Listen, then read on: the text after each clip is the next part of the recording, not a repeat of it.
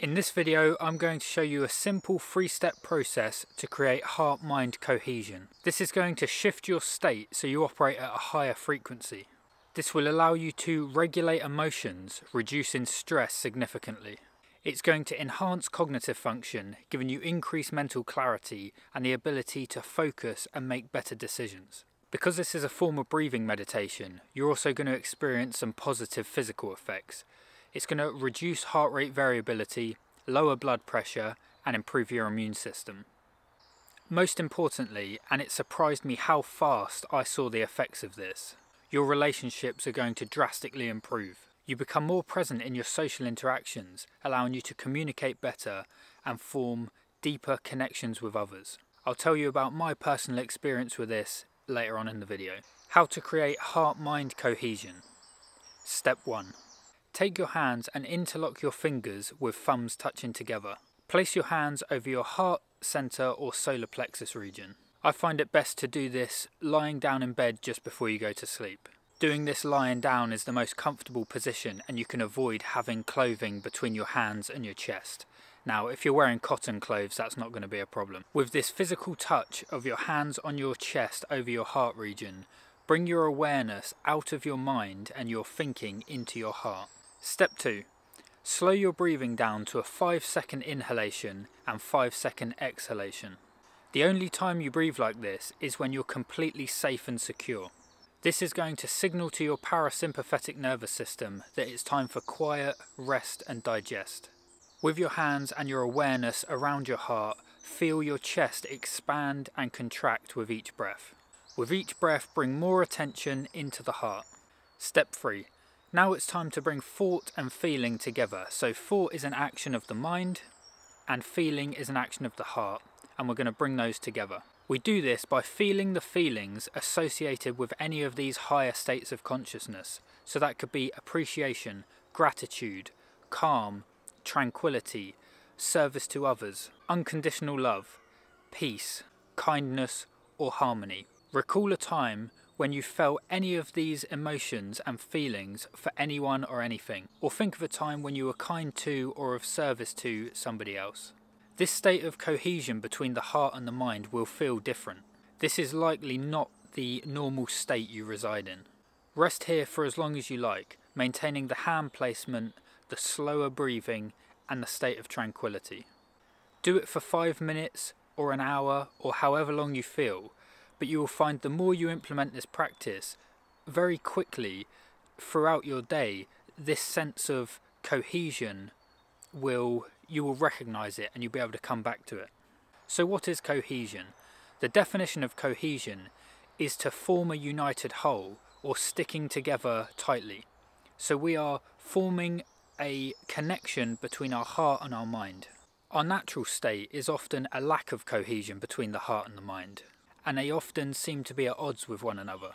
The feelings associated with gratitude, tranquility and calm may seem different or slightly alien to what you're used to, because we often operate in a mindset of troubleshooting. We're always trying to solve the problems that life faces us with, and very rarely do we just sit in the mindset of abundance and tranquility or gratitude for the current moment. We often find ourselves problem solving, hoping or wishing, as opposed to being grateful and fully accepting the present moment as it is.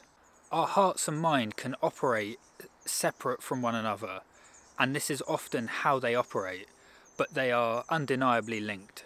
To give you an example, my heart may love a person, and I feel the feelings associated with love, but a relationship with this person may not have worked out, so my mind has to tell myself the story that I no longer love them, or if I do, this is not a possibility. So you have this dissonance between your heart and your mind, and this is often the case. You might get road rage, or you have some sort of traffic incident where somebody pulls out on you, and in your heart you're very angry, and in your mind you might run away with that anger and you have cohesion. But instead of connecting the mind to the heart of anger and being aggressive towards that person, you can create cohesion in the opposite direction and be grateful that that person didn't actually crash into you and wish them well on their journey, and be grateful that everybody's safe, you don't know what they've got going on, and wish them well. So that's the practical technique on how you implement heart-mind cohesion. And you will just recognise this throughout the day. Once you've done it once, you will see, oh, this isn't the state that I normally operate from. And I like to use the analogy of a radio station. And the speed at which this will actually show up and be recognisably different in your life is quite drastic. And I noticed it within one day of practicing this. And I think the reason is this. So I use the analogy of a radio station. If you tune in to 106.2 on this is like on an analog radio, you're going to get the music associated with that radio station. Now, if you turn the dial to 98.2, there's going to be no delay. You're going to get a completely different radio station. You're going to get completely different music, and it's instant as soon as you turn that dial. And this is how we're operating. This is verifiable by science. We literally operate with brain waves. That's why when you say, we've got the common phrase, we're on the same wavelength. So we literally operate in exactly the same way, and the moment you turn the dial from scarcity, lack, hoping and wishing, what's wrong with my life and what are the problems I need to solve, just that's one radio station. You can listen to that endlessly, and you will constantly be given, like with a radio station, you're constantly given fresh songs associated with that radio station. So say it's an 80s station, they're going to constantly give you 80s music. But if you don't like 80s music, you wouldn't choose that radio station. If you like rock music, you're going to tune into the rock radio station, and they will give abundantly. It will be endless supply of rock music. And in the same way, you will just continue to receive more of the radio station you've tuned in for. So if you constantly find yourself with a scarcity mindset where you've got these problems you're trying to solve, and they seem endless, you think, well, if I solve all these problems, then I can have calm. And that's not how it works, because you're just tuned into the problem radio station. They're going to keep coming all the time you're asking for them or creating a demand for them. And this is why it's so fast, because as soon as you change the dial and move to that other radio station, so we're now in the station of gratitude, tranquility, abundance, kindness, joy, it's instant. It's a conscious decision. You have power over this. So once you tune in, you're going to constantly get that frequency offered back to you. And this is how it works. So this is very powerful. And once you recognize this, you're consciously choosing to do it during the practice when you're in bed doing the 3 steps. But it spills over. So you might be in traffic and normally you get really bad road rage. Somebody pulls out in front of you, and normally where you would start shouting and swearing and chase them down and make it clear that they've done you wrong, you might find this time you go, oh, it's okay. Lucky nobody got hurt. And then that spills over and it continues to snowball, but to the point where you're just on that positive frequency, and when someone cuts out, you're actually positively affirming them. You say, oh, I hope they're in a rush for some reason, or they're angry for some reason and they're driving aggressive. I wish them well and I hope they get to where they're going safely. And that's a complete shift to being the angry person. And it's just obvious that if somebody pulls out on you and now you're angry and you're tailgating them and driving aggressively towards them, that can only cause more problems. You might accidentally pull out on somebody else. But when you operate in the same state of calm, okay, they've pulled out on you, but now you're not going to carry that over into another possible future issue. So more than the practice to heighten your frequency, this is more of a mindfulness practice. You recognizing what frequency am I operating on, and you can change this in a split second. You could literally be completely riled up by this traffic incident, and then as soon as you recognize it, change the channel, change to that higher radio station. So this is why it's a powerful tool. So I'll just give you my experience with this. I decided that March I'd heard a lot about higher vibrational frequency, higher states of consciousness, And it seemed, I like to take the esoteric and the kind of out there things and bring them down to reality and physically experience them. So when people say, oh, he's a high vibrational person, it kind of like, it's hard to quantify what that actually means. So my intention for March was really dig into that. That's the rabbit hole I'm going down. What does it take to raise your frequency? How do you do it? What does it entail and what are the benefits? So I came across this technique, implemented it, and literally the next day I noticed my relationships with people, my interactions were completely different. And I'll just give you a few examples. You've probably noticed in some of my previous videos I've been very low energy, and I've actually been struggling with this, and I thought it was a habit issue. I thought I had to change my diet or change my sleep routine or some sort of practice I was or was not doing. And I've changed all of those. I'm staying hydrated, I'm doing all the good habits, and still something seemed to be missing. And it's because it was a higher up issue. They are physical things, but it was a mental issue. So I had to tackle that first, and this is why this precedes any other habits you do. This is the main thing you want to implement to get you on that higher frequency, and then everything else can work for you, but you can tarnish good habits with a bad mindset. So that's what I decided to do. March, I thought, right, this is obviously a mind problem or a mind-heart connection frequency issue. I'm tuned into the wrong radio station, so that's the point. You might get 9 hours of sleep, eat a healthy, balanced diet, but if you're listening to the wrong radio station, none of that's going to work for you. And that's what I realised. So I started implementing this. On Sunday, this is like a couple of days after implementing this practice, I just had a few interactions that I haven't had for a very long time, so I'll tell you how it went.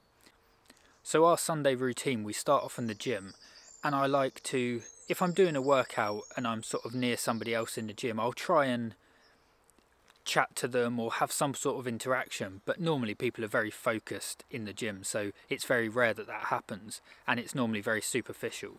But this time I was doing me and my friend were doing some body weight stuff, some like calisthenics on the bars, and there was this girl, and she knew my friend from a class he's doing. He's an actor and he's training to do something for his role, kind of like gymnastics.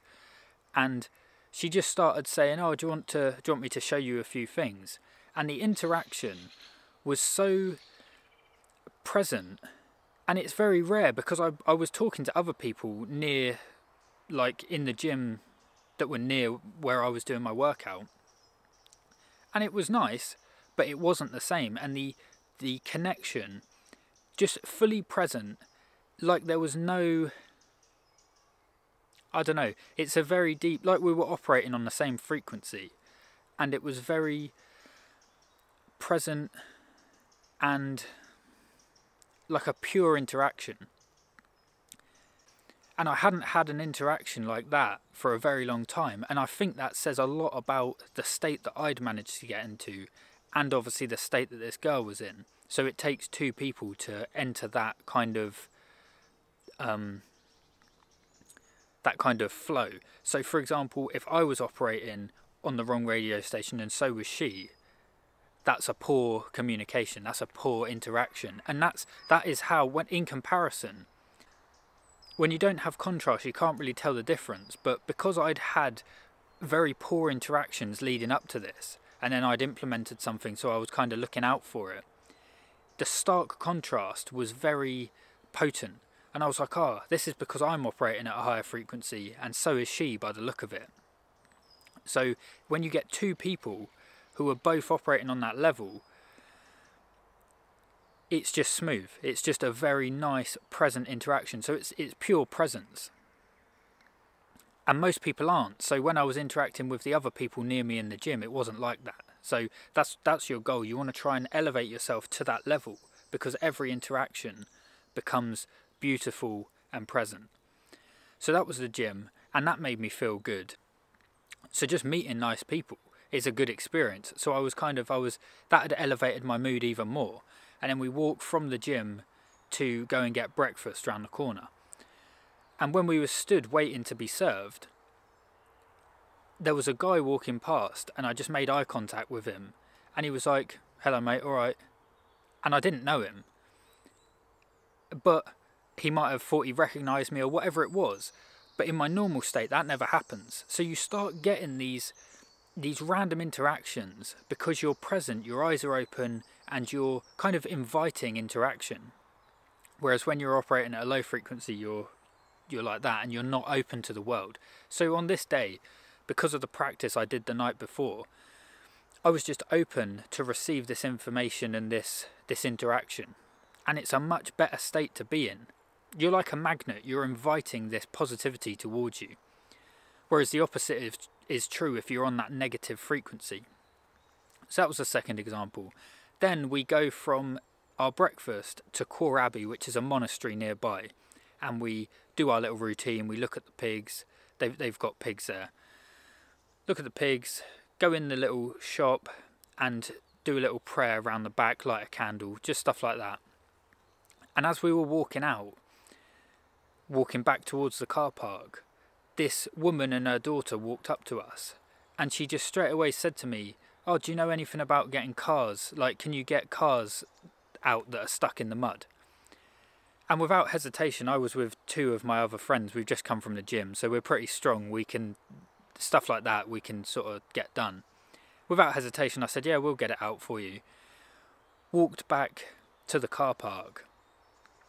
And it just seemed like she was drawn to us. She was walking back in towards Core Abbey to look for someone to help. And it just seemed perfect that she found us, and we did push the car out with the help of another gentleman. It was a Tesla electric car, got stuck in the mud. And my friend used the parcel shelf out of his car to wedge it under the back wheel to get traction. And it was just a beautiful experience, but it wasn't like... We all had brand new trainers on as well, white trainers, and it was a proper muddy field. So I could have been like, "Oh no, we got our good trainers on." But because I was operating on that frequency, that service to others, not thinking about yourself, not thinking, "Oh, I'm going to wreck my trainers." You just think gratitude, service to others, calm. And we didn't go to the car and be like, "Oh, I don't know how you're going to get out of there," because some people make the problem worse. We just turned up, "Yeah, we'll get you out." 10 minutes, it was done. So it's just a very good frequency to be in, and it's a practice worth implementing. So that's how you create heart-mind coherence and start to attract positivity towards you instead of problems and negativity. So I hope that helps, and I'll see you tomorrow.